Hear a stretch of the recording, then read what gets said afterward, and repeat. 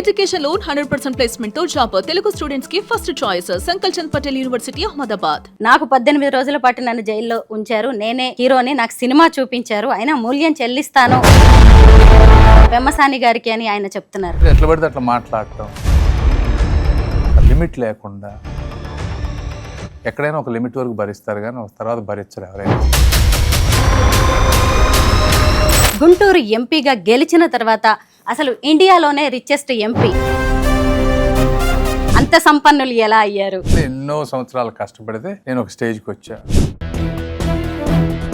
ఆంధ్రాలో రాజకీయాల్లోకి ఎందుకు రావాలనుకున్నారు? నా ప్లాన్లో లేదు. నా ఏజ్ 49. జనసేన అధినేత అయిన పవన్ కళ్యాణ్ గారి గురించి మీ అభిప్రాయం ఏంటి? స్వార్థం కోసం ఏమైనా చేసే రోజుల్లో సమాజానికి మంచి ఏదైతే దాని గురించి ఆయన తగ్గాల్సి వచ్చినా తగ్గుతుంది. అందరికీ నమస్కారం, నేను స్వరూపపట్లపల్లి. Welcome to Suman TV. ఇండియాలోనే రిచెస్ట్ ఎంపీ, కేంద్ర గ్రామీణాభివృద్ధి కమ్యూనికేషన్స్ సహాయ మంత్రి అయిన పెమ్మసాని చంద్రశేఖర్ గారు నాతో పాటు ఉన్నారు. ఆయనతో మాట్లాడి ఆయన పొలిటికల్ లైఫ్ అలాగే పర్సనల్ లైఫ్ గురించి వాళ్ళ అనేక విషయాలు తెలుసుకుందాం. సార్ నమస్తే. నమస్తే.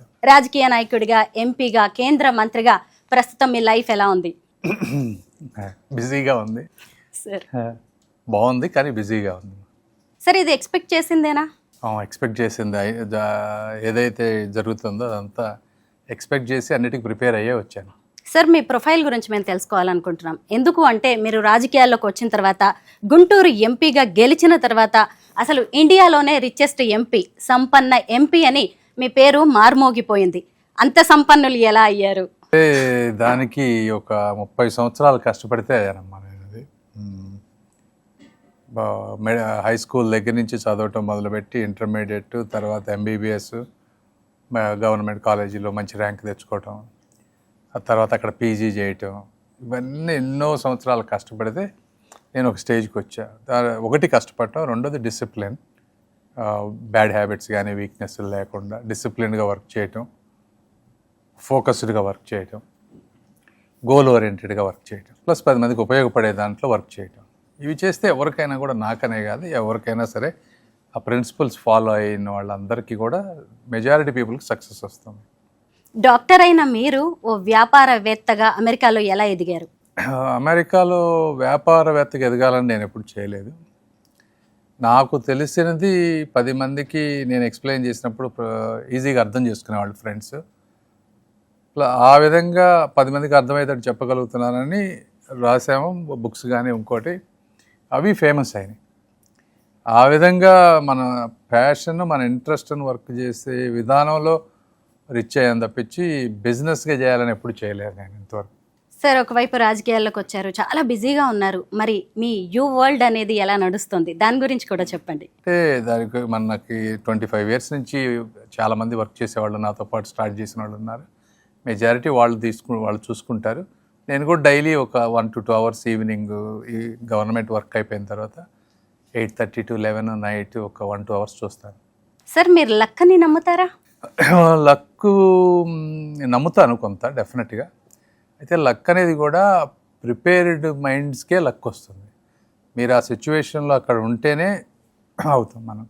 సపోజ్ ఇప్పుడు మీరేమంటారంటే మినిస్టర్ అయ్యాం కాబట్టి మీరు లక్ అనుకోవచ్చు. అంటే పోటీ చేసే అవకాశం వచ్చినప్పుడు గుంటూరు పార్లమెంట్లో మామూలుగా ఇంట్లో కూర్చున్నా కూడా మేము గెలుస్తాం. పార్లమెంటే అలాంటిది. నేనే కాదు, ఎవరు పోటీ చేసినా గుంటూరులో గెలుస్తారు. బట్ మేము పొద్దున 7 గంటల నుంచి నైట్ 11 వరకు డైలీ క్యాంపెయిన్ చేసాం, అగ్రెసివ్గా చేసాం. ఎందుకు చేసాం? నేను పార్లమెంట్ గెలవటం గురించి చేయలేదు. నేను అది మా పార్టీ రాష్ట్రం అంతా గెలవాలి. ఎక్కడైనా సరే మనం ఏదన్నా ఒక క్యాంపెయినింగ్ కానీ మాట్లాడే విధంగా చూపిస్తే ఇది వేరే వాళ్ళు చూసి నేర్చుకుంటారని సోషల్ మీడియాలో మాకు చేయని మొమెంటం క్రియేట్ చేయగలిగాం మేము కూడా. దానివల్ల మా నియోజకవర్గం, పక్క నియోజకవర్గాలు కానీ కొంత ఒక పాజిటివ్ మొమెంటం అలా చేసినప్పుడే మీకు అవకాశాలు వస్తాయి. అంతేగాని మనం గెలుస్తాం కదా ఏముందిలే లైట్ తీసుకున్నాం ఏదైనా వర్క్ని. సో అట్లా లక్ అనేది ఆ విధంగా వస్తుంది. నువ్వు హార్డ్ వర్క్ చేయకుండా ఇంట్లో ఉంటే లక్ రాదు. మీరు ఒక డాక్టర్గా, బిజినెస్ మ్యాన్గా అమెరికాలో చాలా బిజీగా ఉన్నారు. అయినా సరే ఆంధ్రాలో రాజకీయాల్లోకి ఎందుకు రావాలనుకున్నారు? అంటే అప్పుడు ఉన్న కొన్ని ప్రత్యేక అంటే ఒకటి ఎప్పటి నుంచో నేను ఇండియాకి చేయాలి, ఏదో ఒకటి చేయాలనుకుంటాను. అమెరికాలో నేను చేసిన బిజినెస్ కానీ చాలామందికి ఉపయోగపడింది, మిలియన్స్ ఆఫ్ పీపుల్కి. ఇండియాకి చేస్తాను కానీ చాలా స్మాల్ అమౌంట్లో, ఎప్పుడూ ఏదో ఒకటి చేయాలని ఉండేది. అయితే మొన్న రావాలని అయితే నా ప్లాన్లో లేదు. నా ఏజ్ 49, మొన్న ఇప్పుడు 48, 55 ఇయర్స్ తర్వాత అట్లా సోషల్ సర్వీస్ ఎక్కువగా చేద్దాం అనుకున్నాను.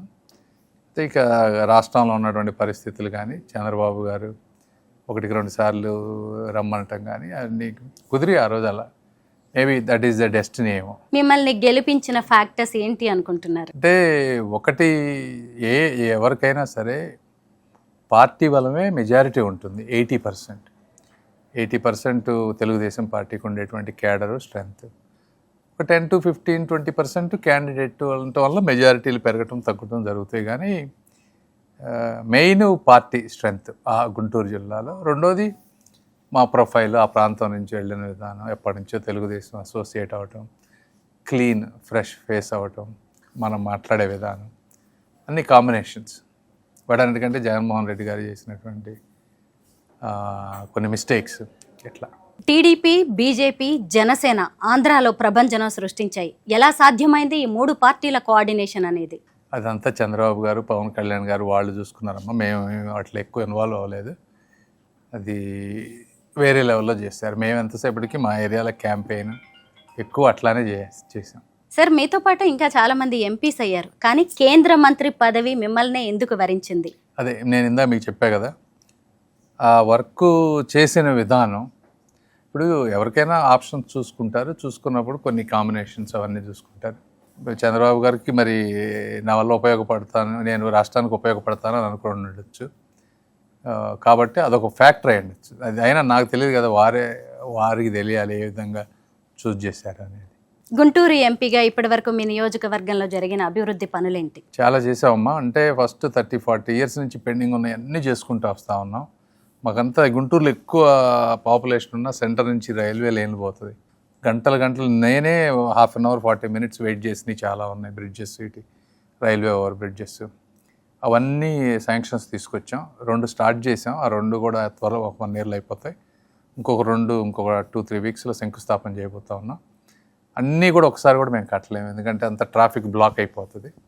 ఆ 2 టేకప్ చేసి ఇంకో 4-5 నెలల తర్వాత ఇవి అయిపోయే టైంకి ఇంకో 2 అవి ఒక మెయిన్ తీసుకొచ్చాం. ఇవన్నీ కాకుండా జనరల్ హాస్పిటల్ చాలా ఇంప్రూవ్ చేసాం, ఎయిమ్స్ని చాలా ఇంప్రూవ్ చేసాం. తర్వాత సిటీలో మొత్తం రోడ్స్ కానీ డ్రైన్స్ కానీ చాలా ఇంప్రూవ్ చేసాం. తర్వాత ఆయుష్ హాస్పిటల్స్ చాలా, అంటే ఎప్పటి నుంచో పెండింగ్ ఉన్నాయి, ఎట్లాంటివి చాలా ఉన్నాయి ప్రాజెక్ట్స్. అవన్నీ చెప్తే చాలా టైం పడుతుంది. కానీ బట్ ఓవరాల్గా గుంటూరుని కొంచెం మెట్రోపాలిటన్ సిటీలా చేయడానికి ఏమేమి ఇన్ఫ్రాస్ట్రక్చర్ కావాలో అవన్నీ వర్క్ చేస్తాం. గ్రామీణాభివృద్ధి, కమ్యూనికేషన్స్ సహాయ మంత్రిగా మీరు దేశం మొత్తానికి ప్రాతినిధ్యం వహిస్తూ ఉన్నారు. అలాంటప్పుడు దేశం మొత్తానికి మీరు ఒక మినిస్టర్గా చేసిన సేవలేంటి, కార్యక్రమాలేంటి? అంటే చాలా ఉన్నాయమ్మా. టెలికాంలో బిఎస్ఎన్ఎల్ ఉంది, బిఎస్ఎన్ఎల్ అంతా రివైవ్ చేస్తూ ఉన్నాం. పోస్టల్ డిపార్ట్మెంట్ అని చాలామంది మర్చిపోయారు. పోస్టల్ డిపార్ట్మెంట్ అంతా రీవ్యాంప్ చేసాం, డిజిటలైజ్ చేసి. తర్వాత రూరల్ డెవలప్మెంట్లో కూడా ల్యాండ్ రికార్డ్స్ ఉన్నాయి. ల్యాండ్ రికార్డ్స్లో అన్ని రిజిస్ట్రేషన్, కొత్త బిల్స్ అవన్నీ రేపు రాబోతూ ఉన్నాయి. ఈ రిజిస్ట్రేషన్లో అయ్యేటువంటి ఇబ్బందులు ఇవన్నీ లేకుండా పర్మనెంట్ సొల్యూషన్ ఉండే విధంగా, ఫ్రీడమ్ ఉండే విధంగా అక్కడ వర్క్ చేస్తూ ఉన్నాం.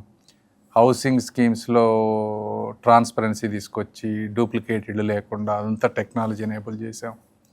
అదేవిధంగా లక్పతి దీదీస్ ఇవన్నీ సెల్ఫ్ హెల్ప్ గ్రూప్స్కి massive awareness, branding, market linkages చేస్తూ ఉన్నాం.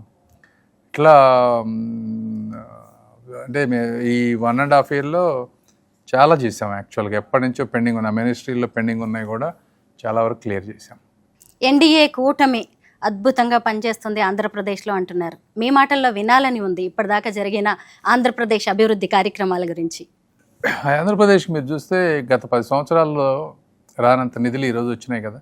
అమరావతికే తీసుకోండి, ఇప్పుడు 15,000 కోట్లు ఇక్కడికి వచ్చింది. పోలవరం అంతా అయిపోతూ ఉంది. రైల్వే జోన్స్, రైల్వే ప్రాజెక్ట్స్ ఒకప్పుడు 900-1000 కోట్లు ఉండేవి. ఈరోజు ఆంధ్రప్రదేశ్లో 25,000 కోట్లు బడ్జెట్. అంటే ఒక్కొక్క 1 yearకి వచ్చేటప్పటికి 10,000 crores దాకా అలొకేట్ చేస్తూ ఉన్నారు. రైల్వే స్టేషన్స్ మోడర్నైజ్ చేస్తూ ఉన్నారు. ఇట్లా తర్వాత ఇవన్నీ టూరిజం ప్రాజెక్ట్స్ తెచ్చుకుంటున్నాం. హైవేస్ కావాల్సినవి తెచ్చుకోగలుగుతున్నాం. ఎయిర్పోర్ట్స్ కొన్ని క్లియర్ చేయగలుగుతున్నాం. సో అవి కాకుండా ఇండివిజువల్ స్కీమ్స్లో లాస్ట్ 5 సంవత్సరాల్లో 90 స్కీములు సెంట్రల్ గవర్నమెంట్ స్కీమ్స్ అన్నీ పనిచేసాయి కాదు. ఎందుకంటే స్టేట్ షేర్ ఇవ్వాల్సిన ఇవ్వపాటు వాటిలో 90లో 70 స్కీమ్స్ని మళ్ళీ కొంత అన్నీ క్లీన్ చేసి వాటిని ట్రాక్ మీదకి తీసుకొస్తున్నాం. సో చాలా అంటే సెంట్రల్ గవర్నమెంట్ సపోర్ట్ లేకుండా ఇవన్నీ చేయలేము. సార్, సీఎం చంద్రబాబు గారు, డిప్యూటీ సీఎం, జనసేన అధినేత అయిన పవన్ కళ్యాణ్ గారి గురించి మీ అభిప్రాయం ఏంటి? వాళ్ళని చూసి జనం ఏం నేర్చుకోవాలి? ఇప్పుడు పవన్ కళ్యాణ్ గారు అంటే ఆయనకు సెల్ఫ్లెస్, ఆయన కూడా స్వార్థం లేదు, తక్కువ.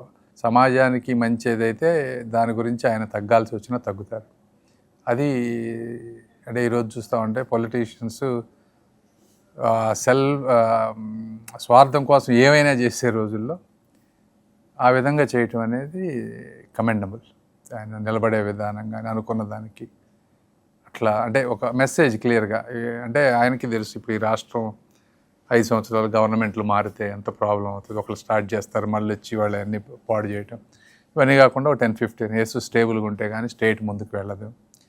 అంటే అది పొలిటికల్గా ఆలోచించి నాకేమవుతుంది, నా పొలిటికల్ కెరియర్, నా పార్టీ అని ఆలోచించే వాళ్ళు ఎవరు అలా చెప్పలేరు. సెల్ఫ్లెస్గా ఉన్నవాళ్ళు మాత్రమే చెప్పగలరు. సో అలాంటి వాళ్ళు ఉంటేనే సమాజం ముందుకు వెళ్తుంది. 3 పార్టీల ప్రయాణం కొద్ది రోజులే నడుస్తుంది, ఇక లుకలుకలా మొదలవుతాయి అని చెప్పి చాలామంది చాలా విమర్శలు, ఆరోపణలు మొదటి నుంచే చేస్తూ వచ్చారు. అట్లా అంటే ఇప్పుడు పాలిటిక్స్లో ఏంటంటే మన కూటమి విడిపోతే వాళ్ళకి కొంచెం ఈజీ అవుతుంది అనేది వాళ్ళ. బట్ చంద్రబాబు నాయుడు గారు కానీ, పవన్ కళ్యాణ్ గారు కానీ, లోకేష్ అందరూ కూడా క్లారిటీతో ఉన్నారు. ఎన్ని చేసినా కూడా చాలా కష్టం అవుతుంది వాళ్ళ వల్ల ఏమి కాదు. మీ శ్రీమతి డాక్టర్ రత్న గారి గురించి మాట్లాడుకోవాల్సిందే. మీ గెలుపులో, మీ వ్యాపారంలో, మీ ప్రతి అడుగులో ఆమె ఉన్నారు. రత్న గారితో ప్రేమ పెళ్లి గురించి చెప్పండి. ఎప్పుడు 30 ఏళ్ళ క్రితం అయిపోయిందమ్మా. అప్పటి నుంచి బాగుంది అంతా. Obviously she has been with me in every step. డెఫినెట్గా she is my strength. Sir కరెక్టే, ఎందుకంటే యూట్యూబ్ ఛానల్లో ఎన్నో ఫినాన్షియల్ టిప్స్ చెప్తూ ఉంటారు, రకరకాలుగా జనాల్ని అవేర్నెస్ కల్పిస్తూ ఉంటారు. సోషల్ మీడియాలో ఒక ఐకాన్ లాగా, ఇన్ఫ్లుయెన్సర్ లాగా కనిపిస్తూ ఉంటారు. ఎందుకంటే మాకు ఆవిడని చూసినప్పుడు చాలా స్పెషల్గా అనిపిస్తూ ఉంటుంది. మీ అభిప్రాయం ఏంటి అనేది తెలుసుకోవడానికి. నాకు స్పెషల్గానే ఉంటుంది డెఫినెట్గా. ఐడియాస్ కూడా అన్ని తనవే ఐడియాస్. తను ఇప్పుడు ఒక్కొక్కరికి ఒక్కొక్క విజన్ ఉంటుంది కదా, మన సొసైటీ ఎలా ఉండాలి అనేది. అలా తనకు ఒక ఐడియా ఉంది సొసైటీ ఎలా ఉండాలి అనే దాని మీద. సో తనే అన్ని వర్క్ చేస్తూ ఉంటుంది. ఎప్పుడన్నా ఫీడ్బ్యాక్ అడిగితే అట్లా కాదు ఇట్లా అని 1-2 చెప్తాం కానీ, బట్ మెజారిటీ అంతా తన ఐడియానే, తన ఇంట్రెస్ట్ తోటే చేస్తుంది. ఉస్మానియా మెడికల్ కాలేజీలో మీరిద్దరు MBBS చేశారు, అక్కడే కలిశారు. హైదరాబాద్తో మీ అనుబంధం ఏంటి సార్? హైదరాబాదు నాకు చాలా ఇష్టమైన ప్లేస్ అమ్మా. ఎందుకంటే అప్పుడు మేము నర్సరావుపేట అట్లా ఊర్లో ఉండేవాళ్ళం కదా. హైదరాబాదే నాకు ఎక్స్పోజర్ ఇచ్చింది సొసైటీలో, ఎట్లా మనం ఎంత ముందుకు వెళ్ళగలం అనేది. ఇంకొకటి హైదరాబాద్లో నాకు ఎక్కువగా మాకు 15% నాన్ లోకల్, ఆంధ్ర వాళ్ళకి MBBS సీట్లు వస్తే 85%లో ఎక్కువ మంది నాకు ఈ ప్రాంతంలో ఉన్నటువంటి వాళ్ళు ఫ్రెండ్స్ ఉండేవాళ్ళు. చాలా మంచి వాళ్ళు, ప్యూర్ ఫ్రెండ్షిప్ ఉండేది. సో ఆ విధంగా మనుషులు కూడా చాలా ఇష్టం నాకు, తెలంగాణ మనుషులు అంటే. ప్రత్యేక రాష్ట్రం తర్వాత అభివృద్ధి ఎలా కనిపిస్తుంది సార్? బాగున్నాయి కదా, 2 స్టేట్స్ బాగున్నాయి. హైదరాబాద్ కూడా కంటిన్యూ చేశారు డెవలప్మెంట్. టీడీపీ వెళ్ళిపోయిన తర్వాత కూడా చాలా బాగుంది హైదరాబాద్. చూస్తే చాలా క్లీన్గా ఉంది, ఈరోజు కూడా బాగుంది. ఆంధ్రప్రదేశ్లో కూడా వెల్త్ విపరీతంగా పెరిగిపోయింది. ఈ రోజున ఒకప్పుడు అమరావతి పక్కనే 40-50 వేల ఎకరాలు తీసుకుంటే 10 లక్షలు ఉండేది. ఈరోజు అంతా కోట్లలోకి వెళ్ళిపోయారు కదా. అక్కడ వెల్త్ క్రియేట్ అయింది, ఇక్కడ బాగుంది. Good, both states are doing well. సరే, డబ్బు అందరూ సంపాదిస్తారు, కానీ దాన్ని నిలబెట్టుకోవడం అనేది అంత చిన్న విషయం కాదు. అసలు ఇండియాలోనే రిచెస్ట్ ఎంపీ అని మిమ్మల్ని అంటుంటే మేము కూడా గర్వపడుతున్నాం తెలుగు వాళ్ళగా. ఎలా మీరు దాన్ని, వచ్చిన డబ్బుని అలా నిలబెట్టుకొని ఆ స్థానానికి రాగలిగారు? టిప్స్. నేను ఎప్పుడు డబ్బుకి అంత ఇంపార్టెన్స్ ఇవ్వను. సరే, నన్ను ఎవరు డబ్బు ఉన్న వ్యక్తిగా గుర్తుపెట్టుకోవాలని కూడా నేను అనుకోవట్లేదు. అది బై డిఫాల్ట్ వచ్చింది. కానీ నేను ప్రజలు వేరే విధంగా గుర్తుపెట్టుకోవాలనుకుంటా ఉన్నాను. అవి అంటే డబ్బులు అంటే పేరుకి ఉంటాయి కానీ ఏదో ఆస్తులు, షేర్లు, వీటి మీద మనం వాటిని ఏమి అనుభవించేది కానీ ఏమీ ఉండదు.